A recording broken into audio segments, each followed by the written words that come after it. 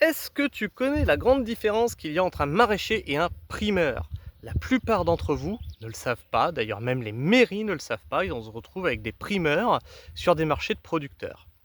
Or, un primeur, c'est la même chose qu'un supermarché.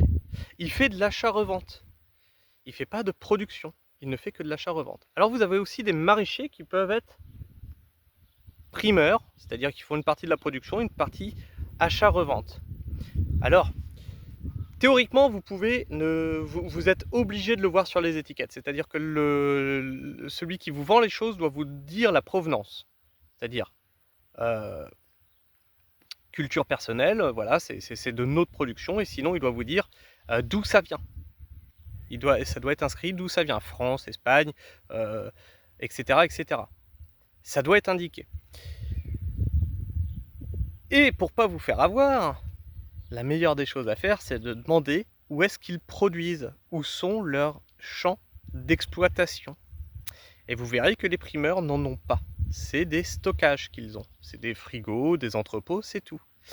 Ce qui vous donne l'impression que le primeur est l'un des meilleurs producteurs, c'est qu'il a toujours une énorme variété de choses sur les étals. Ben oui, effectivement, puisqu'il ne fait que de l'achat-revente. Un maraîcher, il n'a pas forcément le droit de revendre. Hein, il faut qu'il fasse la demande.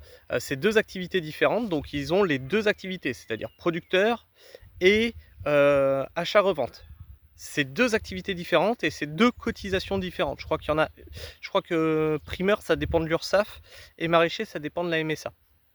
Donc c'est deux choses, deux activités complètement différentes. Donc c'est deux entreprises, deux entités différentes aussi. Donc voilà, donc si vous voyez des primeurs sur des marchés de producteurs, c'est pas normal.